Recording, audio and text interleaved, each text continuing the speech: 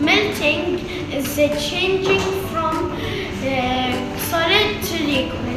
As you can see, the solid is the ice cubes and the liquid is the water. So the ice cubes are melting to water. So that is melting. Second, the boiling. If the liquid is changing to gas, as you can see, now the liquid is going up and it's going to the gas. After this, the condensation. Also the condensation, when the gas is going to be the liquid. As you can see, the plate here is making water drops so it can go to the water. Thank you for the lesson.